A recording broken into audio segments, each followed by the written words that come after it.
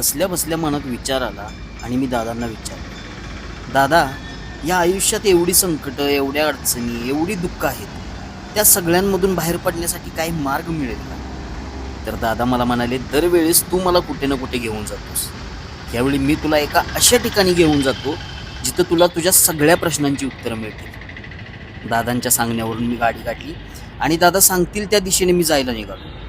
थोड्याच वेळात आम्ही ढेबेवाडी फाट्यावरून आगाशिवनगरच्या दिशेने आलो. पुढे आल्यानंतर दत्त मंदिरापासून गाडी खालच्या दिशेने घेऊन आगाशिवनगरमध्ये एका अशा ठिकाणी आलो ज्याचा मी कधी विचार पण केला नव्हता.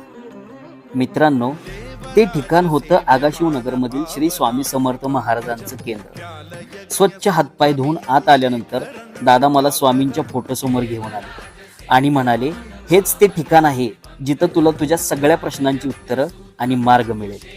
स्वामींची सुंदर प्रतिमा बघितल्यानंतर मी कधी स्वामींच्या चरणी नतमस्तक झालो माझं मलाच समजलं नाही. तेवढ्यात राजेश दादा आले आणि त्यांना आम्ही भेटलो. राजेश दादांनी स्वामी सेवेचं महत्त्व सांगितलं आणि तुमच्या आयुष्यातल्या प्रत्येक समस्येवर स्वामींनी मार्ग दाखवला आहे याचं त्यांनी मार्गदर्शन केलं. इथं आलेला प्रत्येक जण स्वामींच्या सेवेमध्ये तल्लीन होऊन जातो आणि स्वामी सुद्धा त्यांची संकटे आपोआप दूर करतात. राजेश दादा आम्हाला केंद्राच्या पाठीमागच्या बाजूला घेऊन आले जिथे यज्ञ चालू होता आणि त्याच जागेवरती नियोजित 7 मजली इमारत सुद्धा उभी राहणार आहे. त्यामध्ये स्वामी दरबार, अन्नछत्र आणि यात्री निवास अशी व्यवस्था असेल. इथे प्रत्येक अमावस्येला 4 ते 5 हजार भाविक लाभ घेतील एवढा महाप्रसाद केला जातो.